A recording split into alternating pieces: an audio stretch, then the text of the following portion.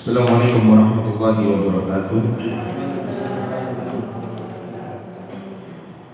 Innal hamdalillah nahmaduhu wa nasta'inuhu wa nastaghfiruh wa na'udzu billahi min shururi anfusina wa min sayyiati a'malina. Man yahdihillahu fala mudilla lahu wa man yudlil fala hadiya lahu. Asyhadu an la ilaha illallah wahdahu la syarika lahu wa asyhadu anna Muhammadan 'abduhu wa rasuluhu la nabiyya wa la rasula ba'dahu. يا أيها الذين آمنوا اتقوا الله حق تقاته ولا تموتن إلا وأنتم مسلمون يا أيها الناس اتقوا ربكم الذي خلقكم من نفس واحدة وخلق منها زوجها وبث منهما رجالا كثيرا ونساء واتقوا الله الذي تساءلون به والأرحام إن الله كان عليكم رقيبا يا أيها الذين آمنوا اتقوا الله وقولوا قولا سديدا يصلح لكم أعمالكم ويغفر لكم ذنوبكم ومن يطع الله ورسوله فقد فاز فوزا عظيما أما بعد فإن أصدق الحديث كلام الله وخير الهدي هدي محمد صلى الله عليه وسلم وشر الأمور محدثاتها فإن كل محدثة بدعة وكل بدعة ضلالة وكل ضلالة في النار. Masyaallah muslimin wa muslimat yang semoga dirahmati Allah Subhanahu wa taala. Kita melanjutkan pembahasan dari kitab Syarah Al-Usul Ats-Tsalatsah yang ditulis oleh Syekh Muhammad bin Shalih Al-Utsaimin. Di mana kitab Al-Usul Ats-Tsalatsah sendiri ditulis oleh Syekh Muhammad bin Abdul Wahhab rahimahullah taala. Kemudian kita membaca penjelasannya, syarahnya. Syarah itu artinya penjelasan yang dijelaskan oleh Syekh Muhammad bin Shalih Al-Utsaimin rahimahullah taala. Pada pertemuan terakhir kita berhenti pada poin yaitu tentang 3 masalah yang wajib dipelajari setelah seseorang dia berilmu. Itu yang untuk yang pertama. Kemudian yang kedua dia beramal, ya. Kemudian yang ketiga yaitu berdakwah, dan sekarang masuk pada poin yang keempat. Maaf, bukan 3, yaitu apa? 4 masalah yang hendaknya kita mempelajarinya. 4 masalah yang hendaknya kita benar-benar memperhatikannya. 4 masalah yang hendaknya kita berusaha untuk mempraktikkannya di dalam kehidupan kita. Apa yang ketiga yaitu yang keempat, yaitu kata Syekh Muhammad bin Abdul Wahhab rahimahullah taala, beliau mengatakan Ar-rabi'atu as-sabru 'ala al-'adha fihi. Setelah kita berilmu, kemudian kita beramal, yang mempraktikkan apa yang kita pelajari, kemudian kita mendakwahkannya, maka yang keempat yaitu apa? Kita bersabar terhadap gangguan-gangguan yang ada di dalamnya. Bersabar terhadap apa? Gangguan-gangguan yang ada di dalam hal tersebut. Sabar dalam bahasa Arab itu berasal dari kata-kata sobron. Sabar itu apa? Sobron. Ya, bahasa Arabnya apa? Sobron. Ya. Fasbir sobron jamila. Bersabarlah dengan sabar yang baik. Ya. Apa arti sabar secara bahasa? Sabar secara bahasa artinya menahan, tertahan, apa? Ditahan. Jadi sabar itu secara bahasa artinya apa? Menahan. Sebagaimana sabda Nabi SAW yang diriwayatkan oleh Jabir bin Abdullah radhiyallahu taala anhu. Ketika itu Jabir bin Abdullah radhiyallahu taala anhu mengatakan, "Naha Rasulullah sallallahu alaihi wasallam an yuqtala syai'un minad dawabi sabran." Nabi sallallahu alaihi wasallam melarang membunuh binatang dengan cara ditahan. Jadi sabran itu artinya apa? Tertahan atau ditahan atau menahan, ya. Itu secara makna bahasa. Sedangkan secara makna istilah, ya, yang disebutkan oleh para ulama, ya, Kalau di sini disebutkan kata Syekh Muhammad bin Shalih Al-Utsaimin, as-sabru habsun nafsi ala ta'atillah. Yang pertama, sabar maknanya ialah menahan diri di dalam menjalankan ketaatan kepada Allah Subhanahu wa taala. Sabar. Ya. Sabar dijelaskan oleh para ulama yang mana yang pertama yaitu apa? Habsun nafsi ala ta'atillah, yaitu menahan jiwa dalam menjalankan ketaatan kepada siapa? Kepada Allah. Kemudian yang kedua, wa habsuha an maksiatillah, menahan diri dari bermaksiat kepada Allah. Itu mana sabar yang keberapa? Yang kedua. Jadi sabar makna yang pertama ialah menahan diri dalam ketaatan kepada Allah, dalam menjalankan ketaatan kepada Allah. Mohon maaf. Yang kedua ialah menahan diri dari apa? Dari bermaksiat kepada Allah. Untuk kesabaran. Kemudian yang ketiga kata Syekh Muhammad bin Shalih Al-Utsaimin rahimahullah, yaitu apa? Wa habsuha an tasakhuti min aqdarillah. Yang ketiga yang beliau jelaskan ialah menahan diri dari tasakhut, yakni membenci, dari menahan diri membenci takdir-takdirnya Allah Subhanahu wa taala untuk dirinya. Jadi dalam menjalin takdir Allah Subhanahu wa taala yang tidak kita suka, itu juga butuh apa? Kesabaran. Ya. Membutuhkan apa? Kesabaran.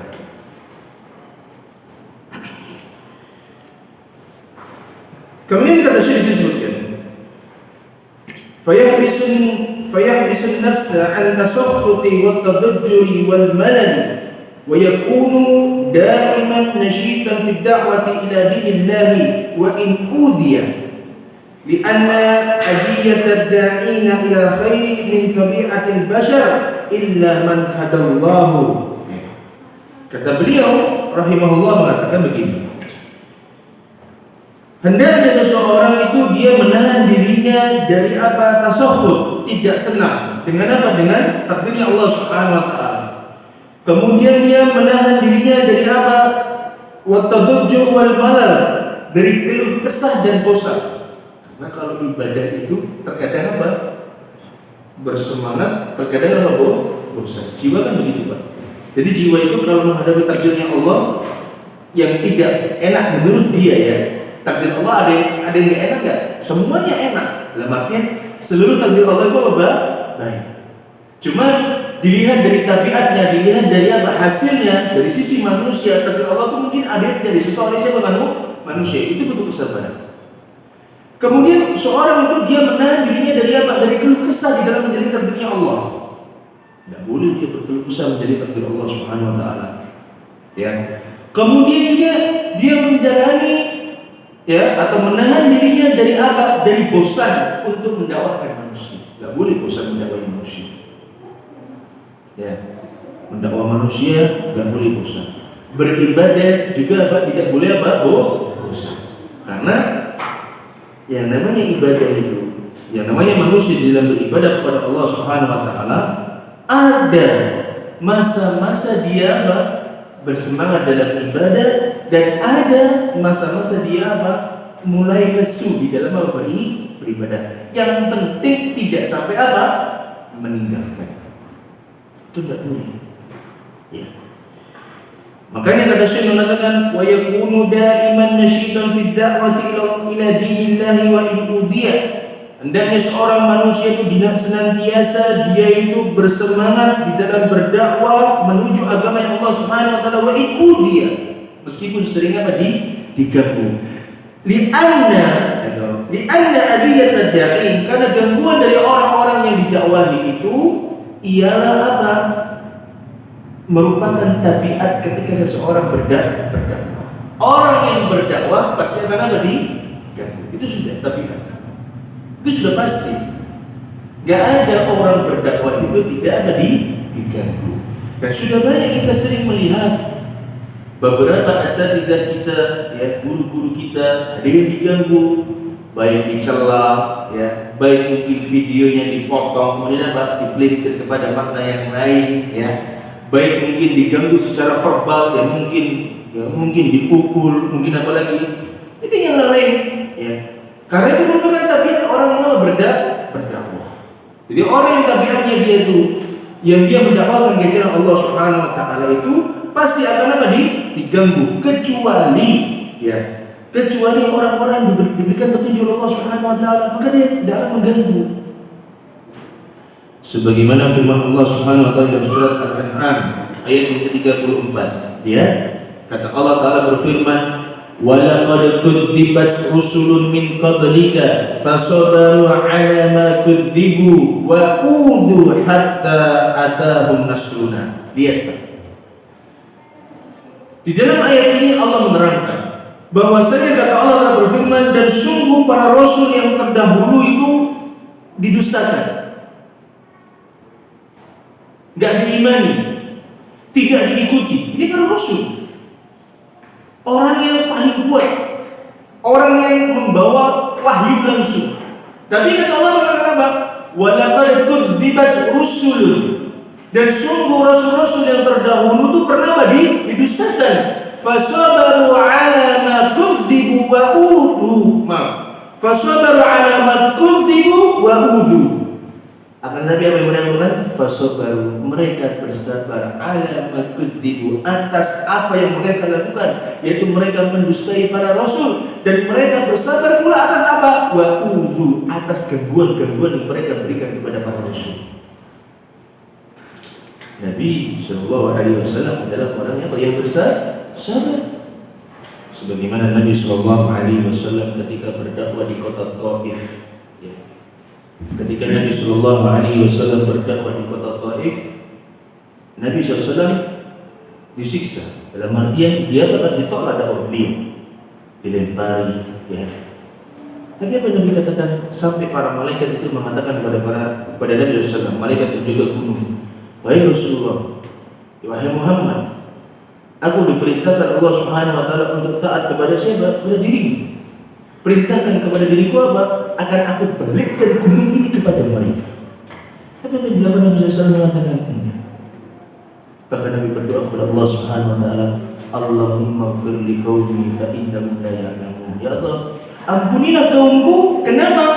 Karena sesungguhnya mereka sedang tidak mengetahui. Maka tabiat orang-orang yang berdakwah itu pasti akan ada diganggu. Itu sudah tabiat, ya. Nah, tadi disebutkan, kemudian disebutkan di ayat ini, maaf, kata Allah berfirman di akhir ayat, hatta atahum nasruna, dan mereka bersabar sampai apa? Sampai datangnya pertolongan. Agama Allah itu pasti akan ditolong. Sebagaimanapun, sekeras apapun dia dihinakan, sekeras apapun dia dipojokkan, sekeras apapun mereka membuat makar, sepandai apapun mereka menipu umat Islam, agama Allah Subhanahu Wa Taala pasti akan ada ditolong. Itu sudah janji Allah Subhanahu Wa Taala. Ya. Allah Subhanahu Wa Taala pasti akan memenangkan apa? Kaum muslimin. Itu sudah pasti janji Allah. Kita cuma diminta apa? Sabar, sambil berdakwah tetap. Ya. Kemudian ada yang mengatakan, wa kullama qawiyatin adiyatu qarban nasru wa laysa an-nasru mukhtassan bi an yansura al-insana fi hayatihi wa yara athara da'watihi qad tahaqqaqa, bal an-nasru yakunu walau ba'da mawtihi bi an yaj'ala Allah fi qulubil khalqi qabulan lamma da'a ilayhi wa akhdan bihi wa tamassukan bihi. Yang namanya berdakwah itu, Bu, kata beliau mengatakan, ketika kita berdakwah kepada Allah Subhanahu Wa Taala, semakin kuat gangguannya, maka akan semakin kuat apa? Atau semakin dekat apa? Pertolongan. Dan yang namanya pertolongan itu, kata saya di sini mengatakan bahwasanya yang namanya pertolongan itu tidak harus ada ketika dia masih apa? Hidup. Tidak harus. Oh, dakwah kita berhasil itu belum tentu ketika masih ada hidup. Oh, kita melihat banyak orang berbondong-bondong. Enggak, itu tidak harus seperti itu. Terkadang dakwah itu berhasil setelah apa? Bahkan setelah kita mati, kita baru bisa memperoleh apa? Hasilnya. Dengan apa misalnya? Dengan diterimanya dakwah ini di mana? Di sisi kehidupan mereka. Misalkan ketika kita sudah mati, lalu dia orang yang kita dakwah ini belum pernah mengganggu kita. lalu dia melewati kejadian atau melewati hal sesuatu yang dimana dia ketika melihat sesuatu lalu dia teringat dengan nasihat kita. Oh betul, ternyata fulan ketika menasihati saya itu dia nggak salah, sekarang kejadian sama saya. Akhirnya apa? Dia kembali kepada Al-Quran dan Sunnah. Jadi dakwah itu berhasil atau tidaknya tidak dilihat ketika apa? Masih hidup. Terkadang berhasil ketika sudah kita mati. Ya. Makanya kata Syekh mengatakan, walaysa an-nasru mukhtassan bi an yansura al-insanu fi hayatihi wa yara athar da'watihi. Bukanlah ya hasil ya atau keberhasilan dalam berdakwah itu hanya dikhususkan ketika apa kita bisa masih hidup dan melihat jejak. Oh, masya Allah, tidak hanya itu. Akan tetapi terkadang Allah Subhanahu Wa Taala menjadikan keberhasilan dalam berdakwah itu ketika kapan? Sesudah diwafatkan Allah Subhanahu Wa Taala. Banyak orang-orang yang dahulunya mungkin tidak pernah belajar Al-Quran dan Sunnah, didakwahi ayah ibundanya untuk belajar dan mau, tapi ketika bapak ibunya sudah mati, dia kemudian apa? Taubat. Ada nggak demikian? Ada. Saya pernah mendapati seorang ikhwan, subhanallah, sebelum bapak ibunya mati cuat pak, laki-laki sudah dewasa belum menikah, ya apa-apa masih diurus sama ibunya. Saya mendapati seorang ini, apa-apa masih diurus sama ibunya. Bangun subuh dibangunkan ibunya, sudah dewasa, lebih tua daripada lebih besar daripada saya. Kemudian masak pun masih apa? Dimasakkan. Mungkin karena masih hujan ya, dan masih tinggal sama orang tua. Kemudian bulanannya pun masih dijaga sama siapa? Orang tuanya. Nggak ngerti dia. Tapi ketika bapak ibunya sudah mati, alhamdulillah, dia sekarang sudah belajar. Dia ngerti kesalahan dia di mana. Sampai suatu saat dia pernah datang sama-sama nangis-nangis. Saya menyesal, tidak pernah berbakti sama ibu, tidak pernah ngasih uang sama ibu, tidak pernah bekerja untuk ibu. Bahkan saya pun tidak pernah bisa menyetir untuk siapa? Untuk bapak saya sendiri. Dia punya mobil tapi tidak bisa menyetir untuk bapaknya sendiri. Tidak pernah. Bahkan kalau kemana-mana dia bilang sama saya kalau kemana-mana diantar bapak saya dengan mobil, kalau saya tidak bisa, kalau motor saya tidak bisa jalan, diantar sama bapak saya. Tapi saya pribadi tidak pernah pak nyetir untuk siapa? Untuk bapak saya sendiri. Tapi bapak saya bilang, ayo belajar mobil, ayo ikut kajian, tidak pernah mau. Dan dia sadar ketika kapan? Setelah wafatnya bapaknya. Jadi kemenangan atau keberhasilan di dalam dakwah itu tidak selalu kita lihat di dalam apa? Saat kita masih hidup. Jangan tergesa-gesa. Problemnya orang berdakwah di masa sekarang ialah apa? Tergesa-gesa menuai apa? Hasil. Sedangkan dia belum menempuh seluruh apa jalan. Belum ditempuh seluruh jalan, pengen apa? Berhasil. Oh Ustaz, aku gini, dakwah orang tua pun tidak diterima. Sedangkan itu temanku, dakwah bapaknya langsung diterima. Ya beda. Orang tuamu dengan orang tuanya mereka juga berbeda. Pemahaman orang tuamu dengan orang tuanya mereka juga berbeda. Kemampuan berpikirnya orang tuamu dengan orang tua mereka pun juga berbeda. Jangan disamakan. Ya. Maka dari itu di dalam berdakwah itu membutuhkan apa? Kesabaran. Tadi kan disebutkan yang namanya sabar itu ada berapa? Ada 3. Yang pertama itu apa? Bersabar di dalam apa? Menjalankan ketaatan kepada Allah Subhanahu Wa Taala. Ini harus. Menjalankan ketaatan itu butuh apa? Kesabaran. Berat Pak. Menjaga sholat rawatib 12 rakaat sebelum dan sesudah yang mengiringi sholat apa? Sholat wajib. Rutin itu berat Pak. Iya benar. Iya. Terkadang hari ini kita bisa sholat sunnah rawatib qobliyah subuh, besoknya belum tentu. Kenapa? Ternyata bangunnya ngepres. Telat bangun, terutama yang muda-muda ini. Ya. Kalau yang sudah sepuh-sepuh itu biasanya sudah tidak mikir dunia. Mikirnya apa? Gak bisa tidur. Mikirnya apa? Kehidupan setelah kematian. Ya. Untuk kesat, itu baru yang sunnah. Ya. Belum yang wajib. Maka dari itu, di dalam sebuah ayat, di dalam surat Toha, Di situ tidak ada ya. Saya berikan yang di dalam surat Toha ayat yang ke-132. Di dalam surat Toha ayat yang berapa, Bu? Ayat yang ke-130. Kata Allah Ta'ala berfirman, wa'mur ahlaka bis-sholati wastabir 'alaiha. Kata Allah berfirman, dan perintahkanlah keluargamu untuk menegakkan apa? Salat, wastabir 'alaiha, dan bersabar di dalam memerintahkan. Nyuruh anak salat rewel enggak, Bu? Ibu-ibu yang pengalaman rewel enggak, Bu, dulu? Oh, berat bukan main.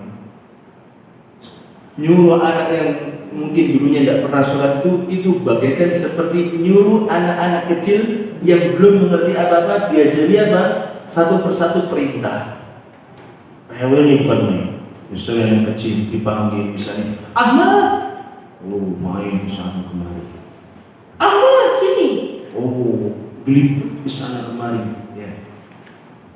Misalnya lagi anak kita sudah mulai belajar umur 7 tahun, kita sudah diberikan untuk sholat kepada anak kita, memerintahkan mereka sholat. Ahmad, ayo ikut bapak sholat. Wah, sudah, nanggungnya.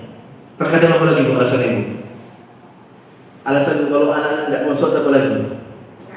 Capek. Apa lagi? Ngantuk, ada tugas. Ya, dan lain-lain. Tapi Allah perintahkan apa? Wa'mur ahlaka bis-shalah. Perintahkan keluargamu untuk mendirikan apa? Sholat. Wastabir 'alaiha, dan dia apa? Bersabar di dalam apa? Memerintahkan sabar. Maka dalam ayat di atas itu ya, kita diperintahkan untuk taat kepada Allah Subhanahu wa taala dan bersabar di dalam menjalankan apa? Ketaatan. Memerintahkan anak untuk sholat itu butuh kesabaran, mengajak anak untuk sholat itu juga butuh apa? Kesabaran, dan mendirikan sholat itu sendiri juga butuh apa? Sabar. Opo meneh nek imame opo? Tuwa ora. Gerundel wae ngomongnya. Ya. Misalnya apalagi kalau sholat malam mungkin sudah terbiasa ya, misalnya sholat malam seperti di Stay Ali bin Abi Thalib itu mungkin sebagian orang sudah apa? Tahu ini sampai jam 3 mungkin hampir sahur. Tapi bagi yang tidak terbiasa, sholat begini. Coba kalau kesemutan Pak. Biasanya sebagai orang harus garuk-garuk baik. Ya kalau garuk-garuk benar-benar gatel itu tidak apa? Tidak masalah, tapi garuk-garuk karena apa? Kesal. Oh. Mungkin, saya bilang mungkin ya. Kenapa? Bayangkan Pak, memerintahkan anak, kata keluarga, sholat itu butuh kesabaran. Mengajak mereka untuk sholat itu juga butuh apa? Kesabaran. Sedangkan menjalankan sholat pun juga butuh apa? Sabar. Contoh lagi puasa. Ngajari anak puasa itu susah sabar enggak? Sabar Pak. Mulai dari bangunkan. Siapa yang dahulu punya anak-anak kecil, ibu-ibu yang pengalaman ya, yang masih punya anak sudah mulai diajari puasa, dibangunkan waktu sahur gimana? Gelibetnya bukan main. Susahnya bukan main. Ya. Waktu mau sahur itu dibangunkan susah. Ini sahurnya. Ketika sudah sahur mungkin dia masih rewel. Oh nggak mau ini. Rewel. Kemudian apa? Itu belum sahur. Setelah sahur sholat subuh. Sholat subuh itu juga apa? Tidur. Habis sahur kemudian apa? Tidur. Itu perjuangan. Sedangkan pada saat dia puasa pun juga apa? Gerundel. Bu, lapar Bu. Ya. Ibunya selalu bilang apa? Sabar. Ya kan? Ibunya bilang apa? Sabar. Kalau kamu nanti kuat sampai jam 12, ini kan melatih misalnya ya. Kalau kuat sampai jam 12, nanti ibu apa? Ibu kasih hadiah, padahal gak duit. Hadiahnya apa? Dibelikan makanan yang mungkin dia suka, ya kan? Sabar. Soalnya benar apa? Sabar. Subhanallah Pak. Saya pernah lihat seseorang, Masya Allah ya. Ada yakni anaknya Qadarullah Masyafa'al dilatih untuk apa? Untuk sholat. Ini bapaknya baru sholat. Kemudian ketika selesai sholat, saya dengar percakapan saya, dia ini selesai sholat kan biasanya apa? Berzikir. Kalau saya mendengar anaknya bilang, ayah kok lama sih dari imamnya? Bapaknya cuma bilang apa? Sabar. Subhanallah. Sebelumnya apa? sabar. Kemudian di dalam ayat yang lain, contoh di dalam surat Al-Kahfi ayat yang ke-28, ini perintah juga untuk bersabar di dalam menjalankan apa ketaatan. Ayat yang ke-28, kata Allah berfirman, wasbir nafsaka ma'al ladzina yad'una rabbahum bil ghadati wal 'ashyi yuriduna wajha. Kata Allah berfirman, dan bersabarlah kalian terhadap atau bersama orang-orang yang senantiasa berdoa kepada Rabb-nya di waktu pagi dan di waktu apa? Petang. Suruh sabar kita suruh mereka. Suruh bersabar di dalam hadis kita diperintahkan untuk apa? Untuk tetap bersama dengan orang-orang yang baik. Untuk senantiasa kita bersama siapa? Orang-orang yang menyuruh kepada ketaatan, sabar untuk bersama mereka. Walaupun mereka punya kekurangan sana sini, tapi kita diperintahkan untuk apa? Bersama. Dan menjalankan ketaatan sekali lagi, ikhwan, itu butuh apa? Kesabaran. Ini yang pertama. Kemudian yang kedua, sabar di dalam menjauhi apa? Kemaksiatan. Oh ya Allah. Jiwa ini pengennya apa? Maksiat. Iya benar. Iya. Jiwa ini senantiasa menyeru, memanggil pemiliknya untuk apa? Bermaksiat. Terlebih lagi di saat kita bersendiri.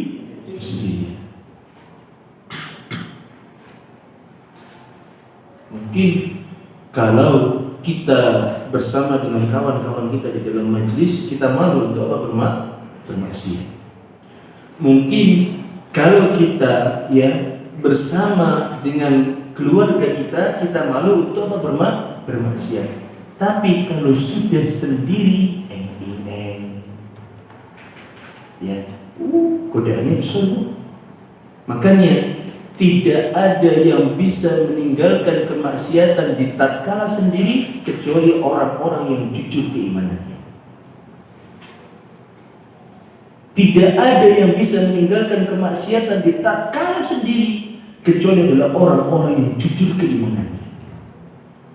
Sebagian salaf rahimahumullah mereka mengatakan, a'malul birri yaf'aluha al-birru wal fajir. Kata sebagian salaf rahimahullah mereka mengatakan apa? Amal bir, amalan-amalan solih, amalan-amalan ketaatan itu bisa dilakukan oleh orang-orang yang betul-betul baik dan orang-orang yang fajir, orang-orang yang jahat. Bisa. Orang-orang jahat itu bisa berkamuflase atau tidak? Bisa. Pura-pura baik. Bisa. Walakin, kata beliau sebagai rahimahullah mengatakan, wala yaqdiru ala tarkil ma'asi illa siddiqun. Dan tidak bisa ada yang mampu meninggalkan kemaksiatan kecuali orang-orang apa? Yang jujur kemaksiatan atau jujur apa? Keimanan. Gak bisa. Kita bermaksiat itu ketika kita mungkin apa? Sudah mulai apa? Berkuasa memiliki segalanya. Kita sudah bisa beli ini, bisa beli itu, bisa nyewa ini, bisa nyewa itu. Maka apa? Kita semakin mudah untuk apa? Bermaksiat. Tapi kita tidak mungkin meninggalkan kemaksiatan tersebut kecuali apa? Kecuali iman kita benar. Maaf, banyak sekali Pak, kakak kami, ada kakak dari kawan kami, dia pernah bercerita kalau dia dinas luar kota bersama dengan kawan-kawannya, dia begitu jauh dari istrinya, maka apa yang terjadi? Ya begitulah sesuai yang diinginkan oleh seorang lelaki pada umumnya. Tidak perlu diceritakan bagaimana keinginannya. Kalau dia misalkan kumpul sama kawan-kawannya di mana? Di sebuah kafe, dia begitu minum, Tapi ketika sendiri lebih bahaya lagi. Coba lihat Pak, Nabi Yusuf alaihissalam yang ketika itu digoda oleh siapa? Seseorang, siapa namanya? Baik. Nabi Yusuf jauh dari kampungnya apa tidak? Jauh. Nabi Yusuf digoda siapa? Orang kaya. Berada. Coba antum bayangkan, antum orang apa? Jauh dari kampung, digoda siapa? Putrinya apa? Atau misalnya digoda orang berada misalkan, kemudian dikunci pula kamarnya. Coba antum bayangkan, kuat gak iman antum? Nabi Yusuf sampai seperti ini. Berat gak cobaannya? Berat. Meninggalkan kemaksiatan, jauh dari kampung. Kenapa wajah dari kampung digambarkan? Karena orang-orang yang kalau sudah jauh dari negerinya itu biasanya apa? Lebih mudah bermaksiat daripada dia di mana, di negerinya. Kalau di negerinya sendiri malu dia untuk bermaksiat. Kenapa? Karena mungkin mudah untuk diketahui orang. Ya, na'udzubillah, jangan sampai kita demikian. Tapi kalau sudah berada di luar kampungnya, berada di luar negerinya, dia gampang nggak bermaksiat? Gampang. Digoda dengan siapa, putri? Atau seorang apa? Seorang orang membesar di masa itu. Kemudian juga digoda dengan apa? Dikunci kamarnya. Selesai untuk kalau sedih. Kalau mungkin itu terjadi sama kita, na'udzubillah sampai demikian. Pak kita Pak. Makanya nggak asing lagi di negeri ini. Wallahu ta'ala alam ya. Nggak asing di negeri ini. Banyak sekali istri-istri pembesar di negeri ini yang punya apa? Punya berondong-berondong. Tahu berondong itu? Ibu tahu berondong nggak?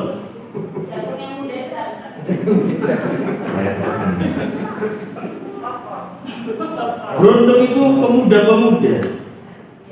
Istri pejabat itu sebagian saya tidak semua, saya tidak akan menunjuk. Pejabat yang mana juga saya tidak akan tunjuk ya. Itu punya apa? Berondong-berondong. Nggak kaget. Ya gimana coba? Anak SMA, anak kuliah dikasih 10 juta, besar enggak? Besar bagi mereka. Tapi ini Nabi Yusuf alaihissalam ketika digoda oleh Zulaikha, dia mengatakan apa? Qala rabbi sijnu ahabbu ilayya mimma yad'unani ilayhi wa illa tasrif anni kaydahunna asbu ilayna wa akun asbu ilayhinna wa akun minal jahilin. Kata Allah berfirman, Yusuf berkata, ya Rabbi sijni ahabbu ilayya, Rabb, sesungguhnya penjara itu lebih suka apa dari diriku, aku lebih suka di penjara. Mimma yad'unani ilaihi, dari apa yang mereka serukan dari apa kepada diriku untuk mengajak maksiat ya. Kemudian kata Nabi Yusuf alaihissalam, wa illa tasrif anni kaidahunna, apabila engkau ya Allah tidak menghindarkan tipu daya mereka yang senantiasa menggoda diriku, asbu ilaihin, apa kata Allah berfirman, maka tentu aku akan condong kepada hal tersebut. Wa akum minal jahilin, dan aku jadi orang-orang yang bodoh. Karena apa? Sedang bermaksiat. Oh ya Allah, meninggalkan kemaksiatan itu apa? Butuh kesabaran. Bal-balan. Semalam ada bal-balan kalau nggak salah. Alhamdulillah saya ada TV tapi nggak ada channel apanya? Nggak ada channel yakni apa namanya? Nggak ada channel begituan ya. Paham? Channel begitu itu maksudnya channel apa? Channel apa disebutnya? Channel ya TV nasional itu nggak ada. Hanya di setel untuk TV. Alhamdulillah saya nggak lihat. Terus tadi bagi lihat Indonesia menang 4-2. Kamu boy. Dan bisa sama ikhwan-ikhwan lah. Nggak malu dia. Coba lihat, melihat hal yang demikian. Saya nggak melarang sepak bola, tafadhol. Tapi di sini itu apa faedahnya? Dan pemain bola sekarang apa rata-rata celananya di atas mata kaki semua. Maaf, di atas paha semua main celana mereka, kan nggak ada celana. Ada pemain bola nasional celananya 3/4. Ada kipernya. Kipernya kan biasanya pakai celana panjang terkadang ya kan, sebagian dari mereka, tapi tidak semua, ya kan? Maka dari itu yang namanya kemaksiatan itu gampang kok membedakan kemaksiatan sama apa sama ketaatan. Disebutkan di dalam sebuah hadis Nabi sallallahu alaihi wasallam. Nabi sallallahu alaihi wasallam pernah bersabda begini. Al-birru ma ta'ma'annat ilaihi an-nafsu wa ta'ma'anna ilaihi al-qalb. Yang namanya kebaikan itu ialah membuat jiwa dan hati menjadi tenang. Ini, kalau yang namanya kebaikan itu pasti apa? Menimbulkan ketenangan di dalam apa? Hati dan juga jiwa. Kemudian kata Nabi sallallahu alaihi wasallam, wal ithmu ma haka fin nafsi wa taraddada fis sadri. Kata Nabi sallallahu alaihi wasallam mengatakan, sedangkan itu dosa ialah apa? apa-apa saja yang mengganjal di hatimu dan membuat diri atau membuat dadamu berguncang. Ya kan Bu, orang habis maksiat gugup dah Bu. Gugupnya bukan main. Orang habis bermaksiat itu biasanya apa Bu? Langsung pura-pura baik. Padahal sebelumnya tidak pernah apa? Baik, untuk menutupi kemaksiatannya.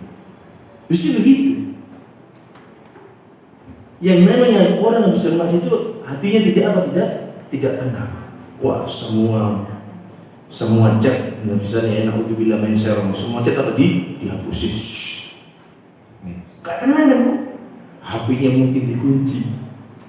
Padahal nggak pernah dikunci.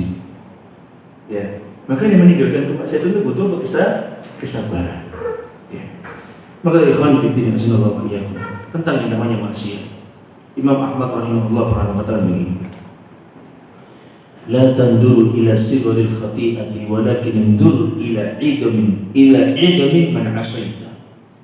Kata Imam Ahmad rahimahullah, ketika engkau bermaksiat janganlah engkau lihat kecilnya maksiat itu. La tandur ila sigharil khati'ati. Saat engkau bermaksiat jangan engkau lihat apa kecilnya kesalahan yang engkau buat. Allah, kan zina enggak melebihi apa? Enggak melebihi dosa apa kufur. Seperti enggak kafir itu. Ya kan? Allah, ya pacaran wae. Yang penting orang zina. Kan mereka dengan tamu surau dan bisa begitu kan? Kalau misalkan apa namanya? Allah. Pokoknya nek maksiat mesti apa? Allah kan diampuni, Bu. Ya kan? Kata Imam Ahmad rahimahullah apa? La tandur ila siguril khati'ati. Jangan kau melihat apa? Kecilnya apa? Dosa yang kau lakukan. Walakin undur ila idhami man asaita. Akan tapi lihat seberapa agungnya zat yang engkau maksiati. Siapa di sini?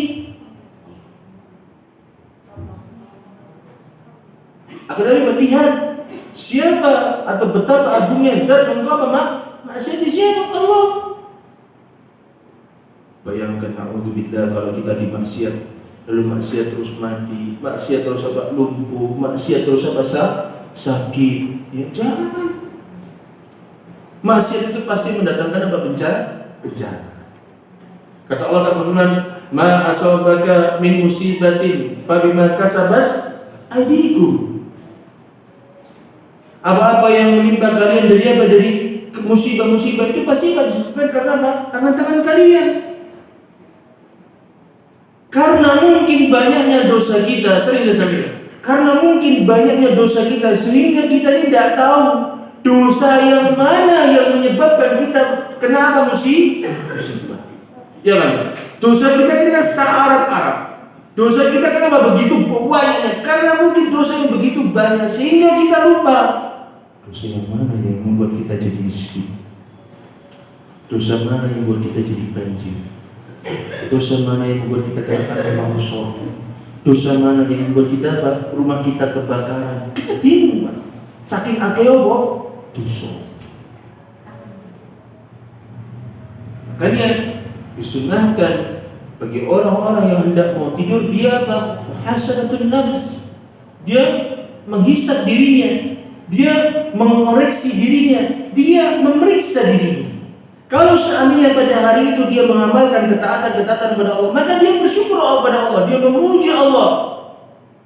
Dia apa? Memuji dengan pujian yang tertinggi kepada Allah Subhanahu wa taala. Agar apa? Agar dia bisa menjalankan ketaatan itu lagi.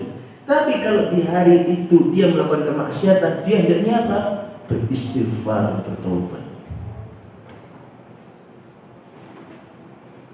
Terus yang terakhir, yaitu apa? Bersabar di dalam apa?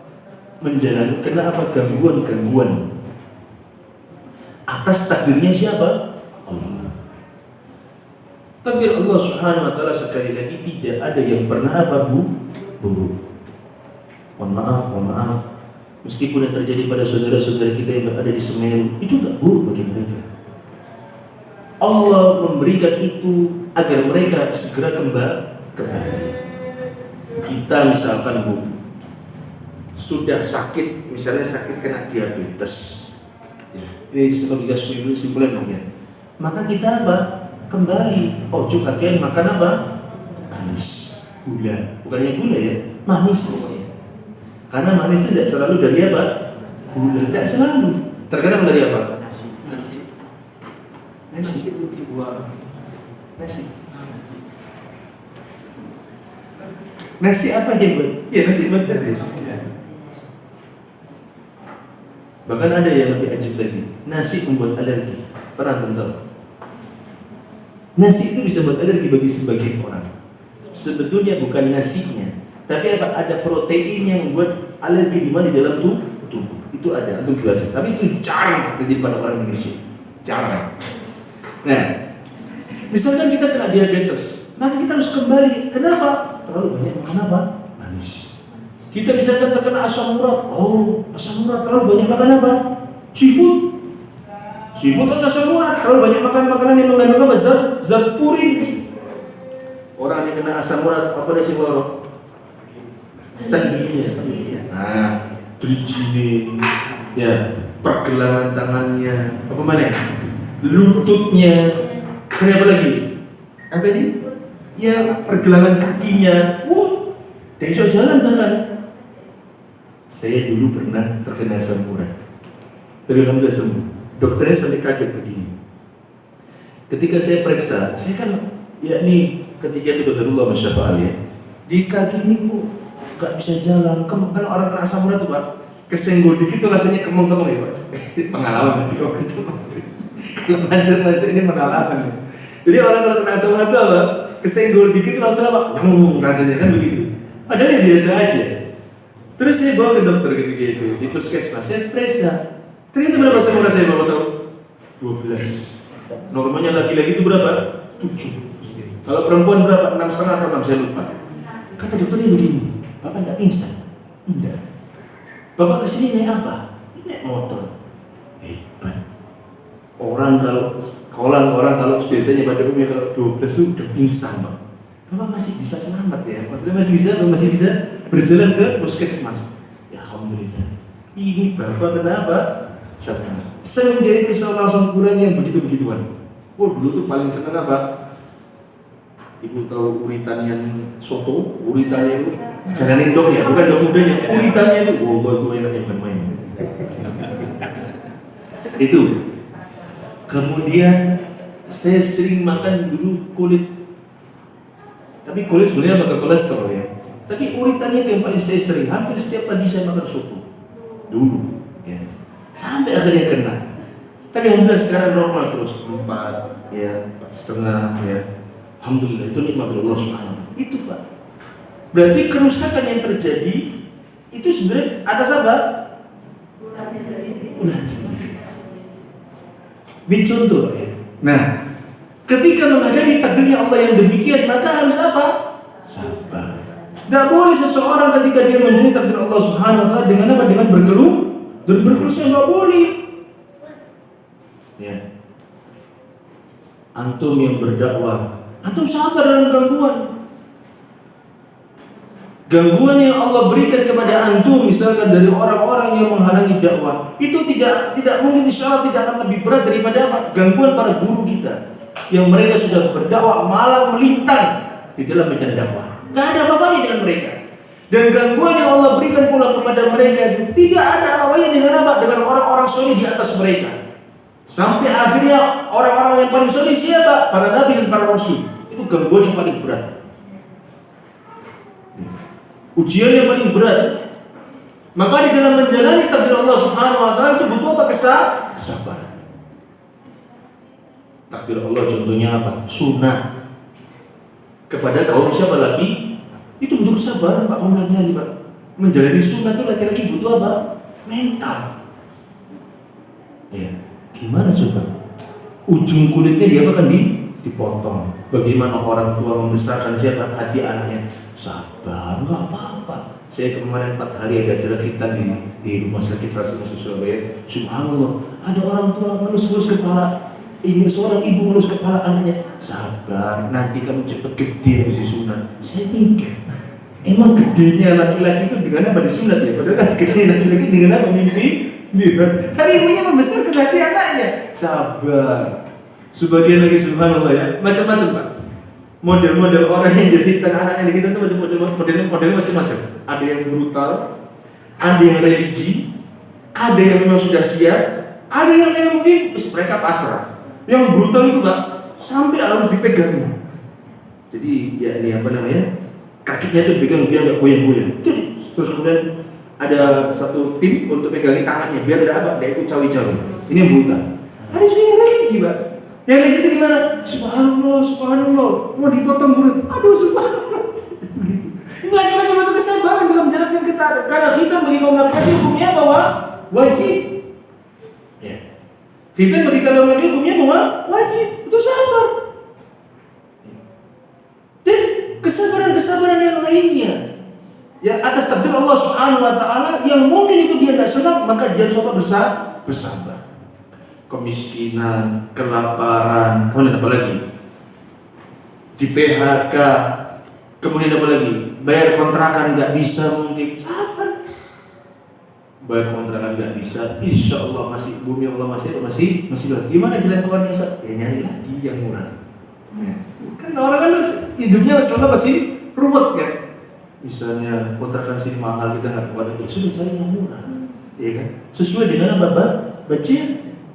Itu menjadi takdir Allah Subhanahu wa Ta'ala seperti itu. Kita mungkin bisa terhindar dari takdir Allah yang ini, tapi nggak bisa menghindar dari takdir Allah yang ini. Kita mungkin bisa selamat dari takdir Allah Subhanahu wa Ta'ala yang ini, tapi kita nggak bisa menghindar dari takdir Allah yang ini. Akan pasti kena. Dan mungkin ada takdir Allah Subhanahu wa Ta'ala yang itu mungkin kita tidak suka, maka kita harus bersabar dalam takdir Allah Subhanahu wa Ta'ala. Apapun takdir Allah Subhanahu wa Ta'ala kepada kita itu tenang. Kenapa? Karena Allah sudah atur. Allah yang atur.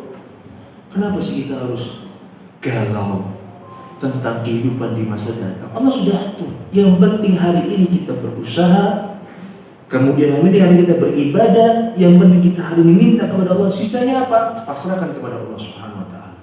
Sebagian orang bingung. Kalau sekarang bayar sekolah per bulan sudah 500. Ini anak saya masih TK udah 500. Atau misalkan anak saya masih belum sekolah, sekarang yang TK aja sudah 500. Gimana tadi sekolah kalau anak saya 2 tahun lagi udah berapa? Masih 1.000. Masih 500. Ada seseorang, ada anak yang sekolah per bulan itu 9 juta. Mereka ya tenang-tenang aja.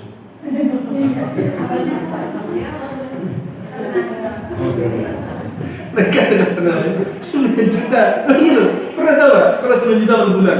Ada itu. Enggak percaya gitu kan. Kalau di pondok kan mungkin mohon maaf ya, per 6 bulan ya kalau nggak salah ya. Tapi ini per bulan 9 juta. Kalikan berapa? 6. Berapa? 54 juta.